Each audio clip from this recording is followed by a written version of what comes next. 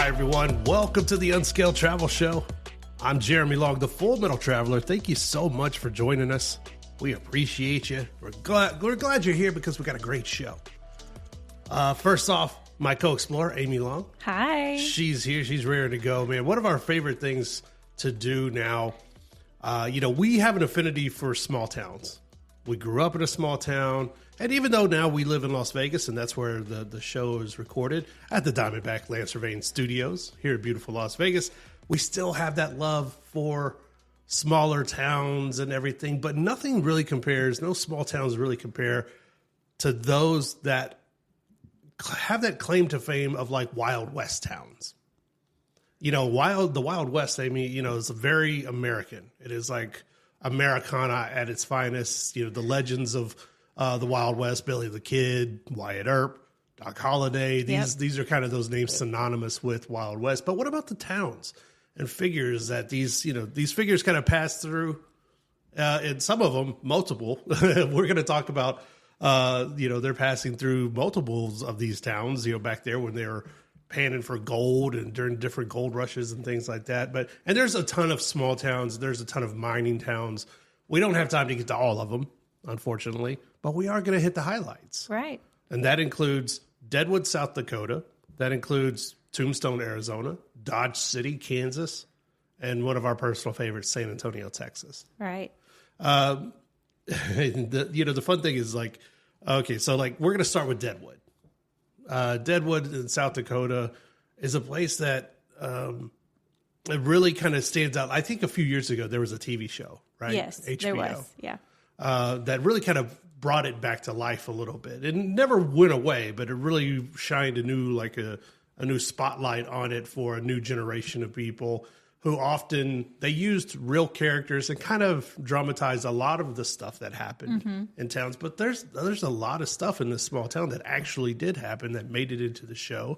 Of course, maybe the murder of Wild Bill Hickok is probably the biggest historical accuracy, but a lot of the players in there, the characters in that show were actual real players like Al Swearinger and people like that were like real, were they as maniacal as the show kind of let on? I don't know. That's up to debate, but it's still a fun town to kind of get to. Yeah, I don't know. I didn't watch the show. I was aware of it, but Deadwood is one of those towns, like you said, that when you think of the American Wild West, 1800s, Deadwood's one of those towns that just immediately pops into your head. Like you just have that image. And I don't know if it is from previous TV shows, movies that it may have been referenced or that was the setting. I doubt it was from my high school or middle school history classes because that was not my thing. Totally your thing. Yeah. You love history. I find it more interesting now, but as a kid, I didn't retain a whole lot of history. So I feel like when I've heard of Deadwood, it probably was through TV or movies. But when we start talking about Wild West towns, that's the first one that comes to mind besides Tombstone. Right. And I think the movies and media have really helped in those aspects, which a lot of these old towns kind of faded away because there was, people stopped telling the stories. Deadwood was founded in 1876. Of course, it was one of those gold rush towns. I think they found gold in the area around 1874. A lot of names from history that you might know, like George Armstrong Custer's Last Stand. He led the 7th Cavalry out there, and they were looking around for gold and different things back when the American government was making treaties and breaking treaties pretty often. We're not going to get into the politics of all that, but I did mention that there are a lot of historical figures that are bound to Deadwood, even though, like, we talk about the murder of Wild Bill Hickok. Wild Bill Hickok was a gunslinger and gambler and probably a very, very famous name in Wild West lore. He was only in town. I didn't know this until I did research. He was only in town a few weeks. Really? Like, he didn't live there, and he wasn't, like, he didn't grow up there. He was only in town a few weeks before he was murdered by a man named Jack McCall. Here's all your history and everything. While, he was shot in the back while he was playing poker Do you know what hand that they still call today that he was holding in his hand? Well, I know it's called the dead man's hand, but I don't know what it Aces is. and eights. Okay. Allegedly, legend has it he had a hand of aces and eights, and now that's known as the dead man's hand. Don't they reference that in, just totally off topic, the Pirates of the Caribbean movie? We watched it not too long ago, and they reference the dead man's hand. Yeah. Now that you say that, they do say aces and eights, which would have would not have made sense since that was exactly centuries before. Yeah. So he was murdered on August 2nd, 1876. So the same year, actually a couple of months after the town was actually founded, he was murdered. But there's a lot more. Calamity Jane, another name. Yep. She's buried there. She's buried right by or pretty close to Wild Bill Hickok. Allegedly, she died years later, and she was very famous, and she made a name for herself and everything. Allegedly, her last words were, bury me near Bill. Aw. Because some unreturned love. Wild Bill was married. She loved him. Oh. And, kind of some things, But then there's guys like, and I won't go into the history of it, but like this guy's name, his nickname, and we need to get back to having real nicknames for people. This guy's name was John Parrott, but his actual alias was Potato Creek Johnny. I don't even have anything to say to that. That's just funny. Wouldn't you like to be Potato Creek Amy? No. That would be just... What would that make you? Spud. Oh my God. Spud Daddy Germ. I like that. Potato Creek. They call me Potato Head. I got a big old head, boy. Potato Head Jeremy, yeah. But things funny to do if you go to town. They often have reenactments of the trial of Jack McCall, who actually in real life was found not guilty. Really? Because they didn't have law back there. It was a group of miners who did it. Oh. Not young children, but like miners who worked. Miners with an E, not an O. There you go. So they do reenactments of both the shooting and the trial. They actually have a steam engine train, the 1880 train that you can buy tickets on and ride, and it goes through the Black Hills. And if you've never been to the Black Hills, or the Black Hills National Forest or anything, it's a beautiful part of the country. A large swath of it's untouched, so it's a lot of that beautiful scenery that you really fall in love with. And they use in movies oftentimes when they do Westerns and things like that. Right. Nearby, Badlands National Park. So if you love national parks, Badlands is very close. It's a very short drive away. Mount Rushmore. But they have the wind has seemingly carved portraits of the presidents, some of the presidents into the side of rock. And then, of course, Did you say the wind? The wind. Because I don't know the gentleman's name that did it. I know someone did it, but I'm just going to say the wind. It's not Sir Rushmore? Yeah. No. It was Potato Creek Rushmore. He did it. And, of course, tons of history in that area. Of course, Little Bighorn, where George Armstrong Custer met his end, is far away. But that area where he actually served a lot with the 7th Cavalry. And, of course, the great Native American chief, Crazy Horse. There's tons of history in that area that you can explore if you love those things. Of course, kids find, depending on your kid, they find that stuff interesting. And if you're a motorcycle rider, then you know about Sturgis, which is nearby, which every year they do a huge motorcycle rally, which is totally American. Yeah. That's the most American thing you could do. Go to Sturgis and participate in that. Where to eat and drink around town. We actually did an interview last year sometime with the Deadwood Mountain Grand Hotel. And I spoke to George Milos there, who gave us a lot of great information. You can search that on fullmetaltraveler.com. Lots of great places to eat and drink and things like that. We'll give you some more. I'm telling you, there's so much information, and we want to get it all to you. So we're talking about Deadwood, South Dakota. We're going to have some more Wild West towns. Yeah, we are. Yeah, you like that. Come on. Come back right after this break. It's Potato Creek Germ and Amy Long. It's the Unscaled Travel Show. We'll be right back.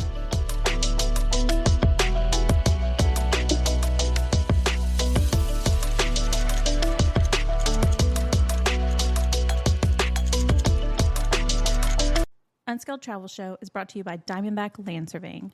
For all your land surveying needs, contact Diamondback Land Surveying at 823-DBLS.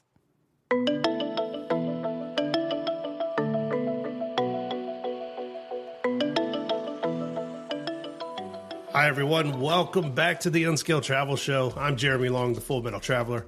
As always, you can find our past episodes and interviews at fullmetaltraveler.com. We're coming to you from the Diamondback Land Surveying Studios in beautiful Las Vegas. We're talking Wild West towns, some of our favorites. We can't get to all of them, but we got a few lined up for you, good ones. We were talking about Deadwood, South Dakota. Now we're going to talk a little bit about Dodge City, Kansas. At one point, one of the most violent cities in the United States. And of course, in the Wild Wests, there were loose laws. They're more like guidelines. Were they even laws? Were they even laws? Yeah, they were just kind of assumptions that you shouldn't kill people. A little bit later on, we're going to talk to Bruce Burnett from the city of Tombstone, Arizona. And of course, we're going to talk about San Antonio, Texas. I was given some places for Deadwood real quick. I want to go back. Places to eat and drink. The Bodega Bar and Brew, which formerly was the Buffalo Bar in Deadwood, South Dakota, that it's been at this original site since 1877. Oh, wow. So if you want to drink or do you want to hang out with ghosts, definitely go there. So pretty much since the town became a town, Since right? the town became the town, And of course, the Deadwood Badlands and Brothel Bar. So if you want a crafted cocktail and some hepatitis... Oh, just tell them Potato Creek Germs. We're talking. Okay, let's get this one. Not invited back there. Dodge City, Kansas. Dodge City was founded in 1872. At one point known as Queen of the Cowtowns, or the wickedest little city in America. It had a very high murder rate, and of course, historical Wild West figures like Bat Masterson, Wyatt Earp, these kind of figures, Doc Holliday, all found their travels led them to Dodge City, where Wyatt and Bat Masterson were lawmen. Doc Holliday was running his gambling schemes and doing things like that, gunfighting with people. But they call it Queen of the Cowtowns because lots of longhorns from Texas and cows and everything from, different areas found their way up to Dodge City, where cowboys got a lot of money, and then they have. But wasn't that like the point of the railroad, like where it kind of stopped mid-U.S. at the time? So everything kind of drove up to Kansas. And they would take the beef and send it back east, to more populated areas and things like that. So Dodge City, Kansas was kind of like Dodge City. It was an important place in the history. It was at one point for a few years. It was like the epicenter of the American Wild West as far as getting beef back to the East Coast, getting grains and things like that from the Midwestern areas that weren't yet states, a lot of them, those kind of things, and mining facilities and things like that. But it was also this kind of area that, you did have this lawlessness, cowboys with not a whole lot of, not a lot of entertainment. They often find themselves in trouble with women and booze and quick with a gun and slow with the apology, So is this where the show Gunsmoke comes from? Yes. Look All at right. you learning. Look, come on, man. You knew that. Well, I think everyone has heard the phrase, get the hell out of Dodge. Yeah. And you're the one that told me it was from the show Gunsmoke. I remember the show. I didn't really watch it. My grandpa watched Gunsmoke. I'm like an 80-year-old, 40-year-old guy. So there's 20, that show was on air for like 20 years. I know it ran for a long time, but I personally didn't watch it, but I remember seeing my grandpa watching it when I would be over at their house. People loved that show. Like they had guys like Hoss and Miss Kitty. Right. And so the villains were oftentimes told, they were commanded, get the hell out of Dodge. And that meant, don't you ever come back here. And it just stuck in popular culture. And now people still use it to this day. At least in America. I don't know if people say it anywhere else because I don't know if they would get the reference. But if you want to impress your friends and you live overseas, you just be like, hey, get the hell out of Dodge. And they'll be like, what? But there's so much to do there, too. Yes, they kind of lean into Wild West culture there. They have a Boot Hill Museum and a Boot Hill Cemetery. just kind of like Tombstone. Right. The museum, they have tons of artifacts that go back into the 1880s. They've done a very, very good job of like preserving their history as a town. And, some of the more lawless, things they don't like to amplify, but hey, it is a part of their history. So they do have a gunfighter wax museum with figures like a Wyatt Earp, Sitting Bull, the great Native American chief, Jesse James, and these kind of figures. Wax museums always kind of freak me out. They do. They freak me out. They never look exactly like the person. Like, it's always a little bit off. Yeah. But I don't know. Like, it just freaks me out to go and look, and it's like something's just not quite right with But this. the eyes just follow you. When that movie Night at the Museum came out with Ben Stiller, that was my nightmare. Like those things come into life. It's hilarious. Oh my God! If it was like Robin Williams, like what the That's hilarious. He just I don't know. It kind of freaks me out, man. But yeah, wax museums. Not a fan. Like, I don't go to Ripley's. No. It's not that, I tell other people don't go to Ripley's, but for me personally, like, ooh. It is. I prefer other kinds of museums, but off topic. Okay. So they have, museums of different kinds. You don't have to go to the wax one. They also have something that sounds really cool. I haven't been to this, but it's a 10-day event, usually during the summertime, that attracts 100,000 plus people every single year. And it's Dodge City Days, which this is the part about like small town America that I do actually miss. Right. That we came from a small town, we grew up there, and we had these big heritage. We called it the Heritage Festival where we're from, but other people have. This city has the Dodge City Days. It's almost like the entire town shuts down. Right. And you just have this big festival and celebration for days on end. And games and food and the high school choir's up there singing, and your little darling is doing tap dancing on stage, and there's a parade. And then usually there's some type of like crafting day where there's all kinds of booths, and you can get homemade pretty much anything and everything. Yeah. I love it. That is one of the things that I miss about living in a small town. And it's really great, man. Like they do the, of course, reenactments. They have gunfights and different. I think the acts change year in year. They probably have a parade of some sort, a float parade, and they have the little like Miss Dodge City. I don't know if they actually do that, but they should. And have like a 6-shooter. And then I did actually go to their website. You can go to visitdodgecity.org and look at all their events and things. And they do have the young ladies dress up like Miss Kitty. And I don't from Gunsmoke. All right. I don't know. I don't know how I feel about that. But I'm what? Mixed. I'm mixed. Lean into what makes your town or your city special. I'm all for that. They also have Main Street Festival in June, and they actually have a working trolley that you can explore the town on. You could ride the trolley. You can go to Miss Kitty's Cafe, the Stockyard Cafe, or the Casey Cowtown Club, which provides a tour of the restaurant, and you also get like a history lesson with your meal. So there's tons of fun things to do, lots of places to eat. Hey, Miss Kitty's Cafe. Come on, Amy. Are you not going to go? I guess we'll have to check it out next time we're in Dodge City. We're going to Dodge City Days. Let's do it. Stay right here. It's the Unscaled Travel Show. We're going to have more right after this. Unscaled Travel Show is brought to you by Diamondback Land Surveying. For all your land surveying needs, contact Diamondback Land Surveying at 702-823-DBLS. Hi, everyone. Welcome back to the Unscaled Travel Show. I'm Jeremy Long, the Full Metal Traveler. As always, you can find all of our past episodes and interviews on fullmetaltraveler.com. Our next guest is a native of Arizona who currently resides in Tombstone.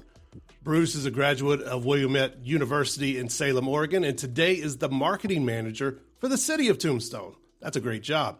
We got him on the line. We're going to talk some Wild West history and what you and your family can expect when you visit one of the best small towns. And, of course, the town Too Tough to Die in Arizona. Thanks for joining us today, Bruce. Well, thank you for having me on, Jeremy. Yeah, Tombstone, the town too tough to die. So for people, we have a lot of listeners outside of the United States. Now, Tombstone is kind of Sure. that town, most people know in the United States they think of Wyatt Earp, they think of Doc Holliday. So let's give a condensed version, a little bit about Tombstone and why it is so important and stays, I guess, in the imagination of the American public and why people love it so much even to today. Well, sure. So Tombstone was originally an area called Goose Flats in southern Arizona. I don't know why they called it Goose Flats. We don't have any geese. I don't know how that came about. But there was a man who was an Indian scout. He was over at what's now called Fort Huachuca, which is an army base over in Sierra Vista, which is about 20 miles away. And he was a prospector. So he liked to be an Indian scout so that when he was out scouting, he would look and see the types of minerals and stuff he could find. And he happened to cross silver in the Tombstone, what's now the Tombstone area. And it became the largest silver strike in Arizona. And, what many people know Tombstone about is the shootout at the OK Corral. That's where Wyatt Earp and his brothers and Doc Holliday went up against what they called the Cowboys, which were, depending on who you talk to, you get different stories, because some people are like, oh, they were just all outlaws, and other people are like, no, people still argue today on who are the good guys and bad guys in that. But there was the famous shootout at the OK Corral.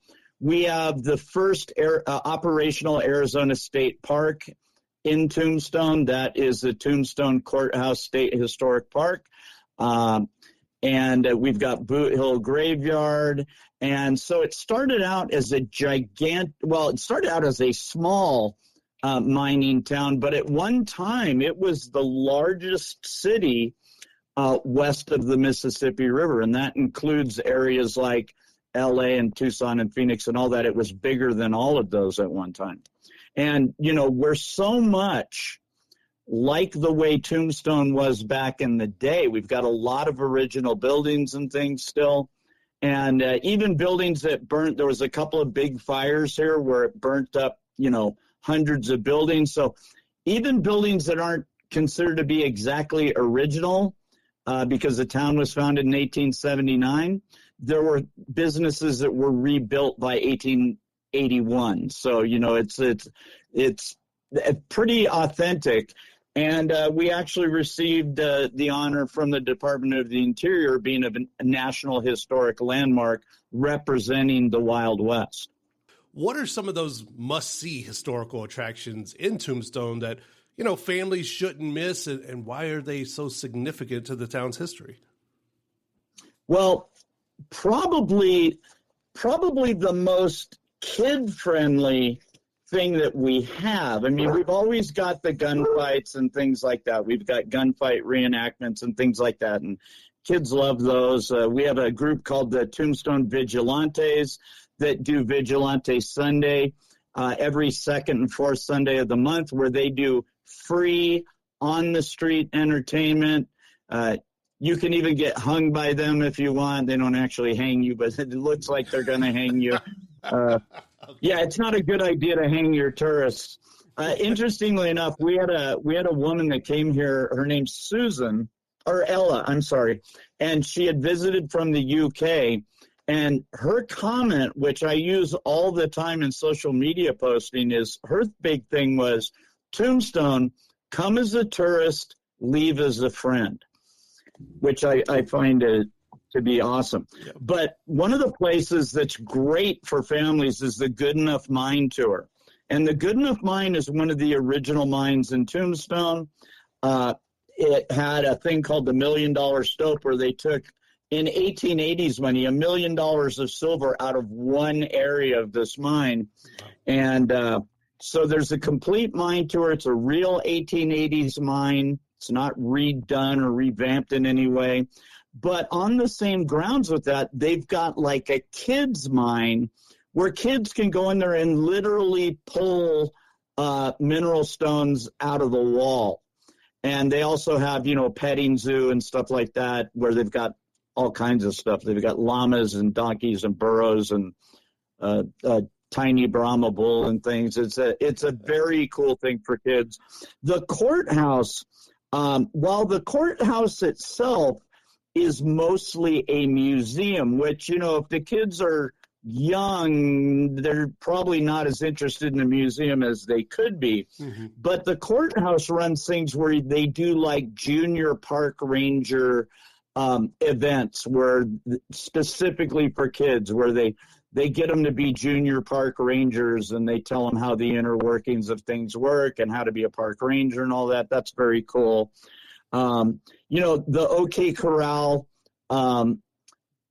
gunfight, if the kids are a little bit older, if they're small, they are shooting guns. So it's kind of a bit of a historical reenactment with a lot of information in it, but it's also kind of got a little bit of comedy in there too. That's always a good place for kids to go. And anytime there's events in town, there's always kids stuff lined up with those.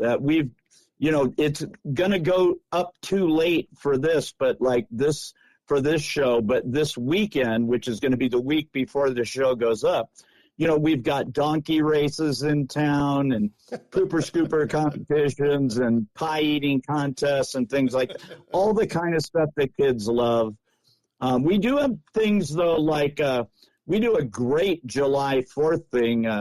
We've had things where we've had 1,000 water balloons and have a giant water balloon fight. We have a big fireworks display, things like that. And Tombstone, Bruce, remains a really popular tourist destination. In your opinion, what is it that keeps people coming back? Well, I think the number one thing that brings people coming back, I have a feeling if the gunfight at the OK Corral had never happened, I don't think Tombstone would still be here. It was such an integral part of Wild West history that it just blew up. And, there's a lot of mining towns in southern Arizona where you go there and it's a bunch of nothing. I mean, there's like barely any adobe remains or anything like that. And we've been here tried and true. The other thing is, because of the OK Corral, there's been a lot of movies and books and things about Tombstone. I mean, obviously the movie Tombstone, which we just had a 30th anniversary for last year, had a bunch of stars from the movie out here. But also the movie Wyatt Earp has a big section of it's done in Tombstone. Gunfight at the OK Corral with like Burt Lancaster and, oh my God, I can't remember his name.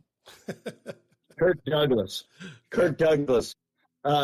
There's been like 20 movies made about Tombstone, and that helps keep it going as well. Bruce, thank you so much for your time. Right. Folks, go to discovertombstone.com. You'll find all the information, business listings, and everything. And go once, and you'll discover why Tombstone remains that place, the town that is too tough to die, and you'll find yourself going back for more and more. Speaking of more and more, keep it right here on the Unscaled Travel Show. When we come back, we're going to have more right after this.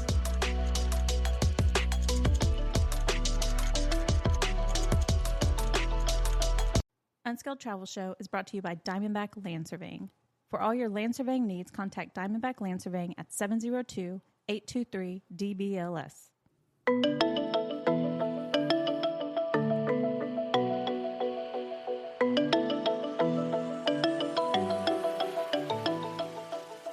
Hi, everyone. Welcome back to the Unscaled Travel Show.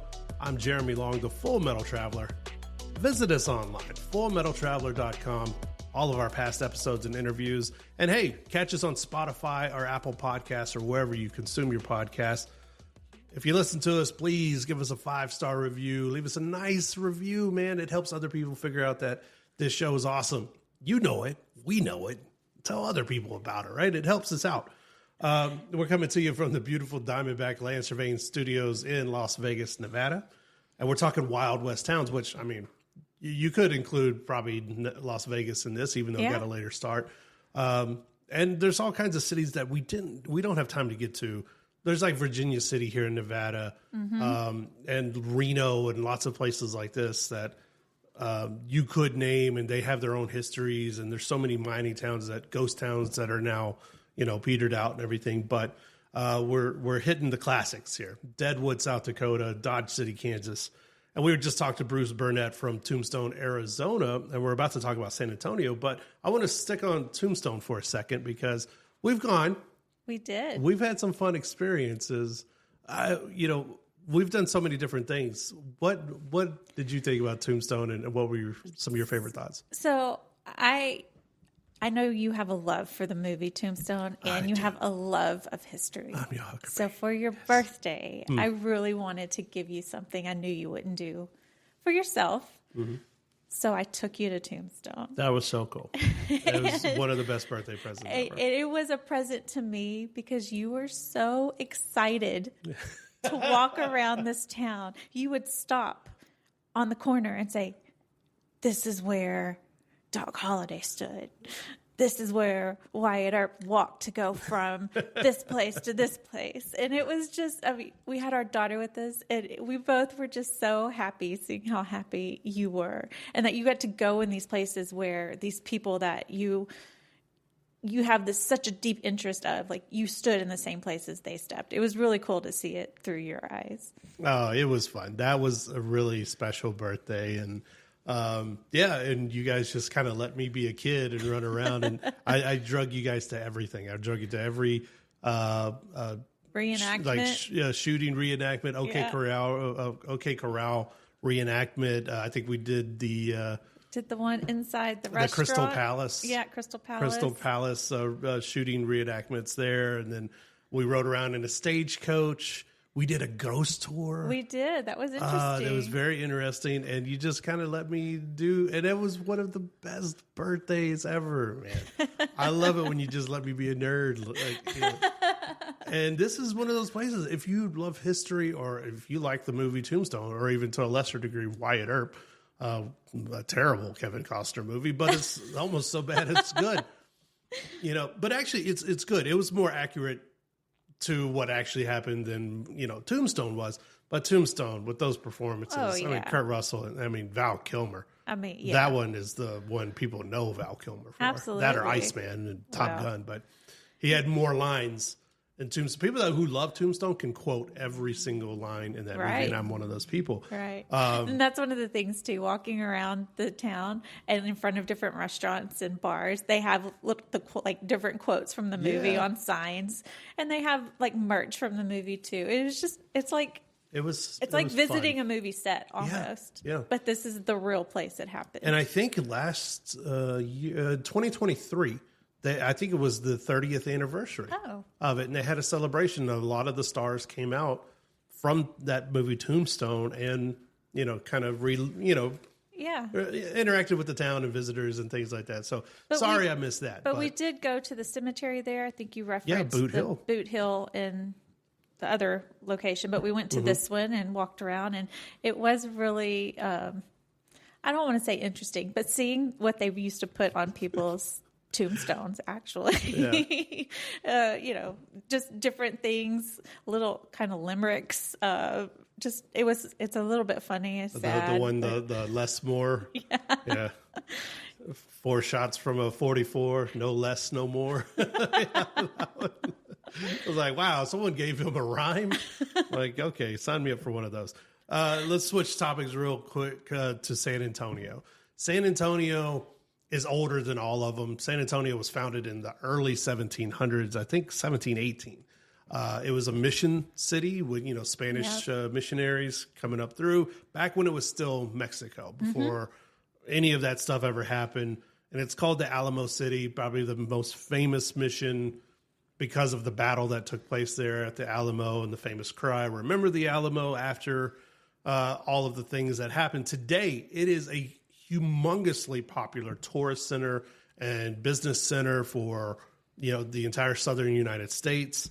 And it's really great to just, if you are a foodie, if you are into history, you're into paranormal, you're into sports. They have a number of great sports teams. There's so many things that cater to so many people. Technology, it's actually like a tech hub as well. And this culinary scene, we know Tex-Mex.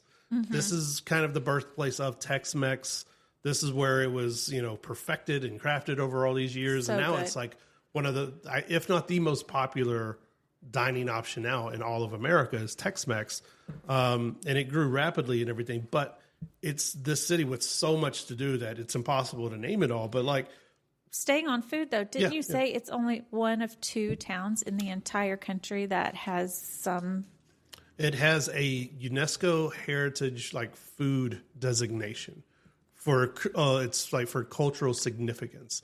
San Antonio has one, Tucson, Arizona has the other. So it just means, and they recognize it for Tex-Mex in particular, the creation of it, which was a blend of settlers and Tejanos and Native Americans and like all of these different flavors kind of combining. And they used to have these ladies called the Chili Queens in San Antonio who used to sell chilies and things like that in this open air market. And they did it for years and years and years. And so it's just a blend of all of these things. And it's like cheese with spices. Oh, yeah. And I love it. There's so much history that we could almost do an entire show on Tex-Mex, which I think we should. We should. But basically, San Antonio is the epicenter of Tex-Mex. It really is. If you like it, you have to visit San Antonio and eat. Yeah. Which we've done multiple times. And it's beautiful. We've gone there at Christmas time. Yeah. We rented a house there, and they have this beautiful, if you've never been to San Antonio, they have the famous river walk, which follows the river that runs through the city, and it's all lined with shops and eateries, and it stays packed with people because it is a very nice place to kind of spend some time. But there, of course, is the Alamo, which sits at the center of town. If you don't know the Alamo, a lot of people do from the John Wayne movie, The Alamo in 1960. I was going to say a lot of people know it from Miss Congeniality. They might know it from Miss Congeniality. That's a little bit sooner, yes. Or they had that movie a while back with Billy Bob Thornton and I think, what's his name? I don't remember. I just picture beauty queens walking in front of the Alamo. It's also that one. They just opened recently, within the last couple of years, the Alamo Collection Center, which a lot of it came from Phil Collins. Really? Who was an avid collector of Alamo and Wild West like memorabilia, and he's donated a lot of this stuff. That's, 200,000 pieces. I think maybe I'm thinking that, but I got to tour it when I visited San Antonio with their group.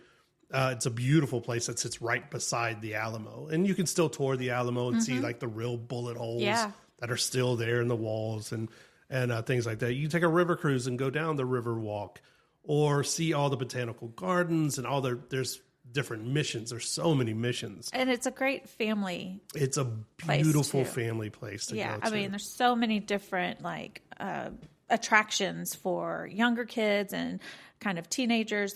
You could go there any age range and find things to do.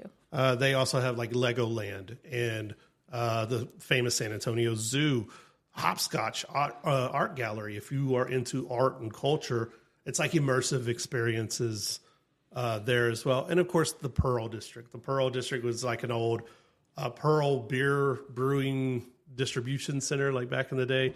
Now it has like the Hotel Emma and all of these culinary places that are just blending like the new wave of Tex-Mex with all these different things that are happening right there. So you can go to the Pearl District, where it sits right in the middle of town. So, a lot of great places. We did the ghost tour in Tombstone, but you also did a ghost tour in San Antonio.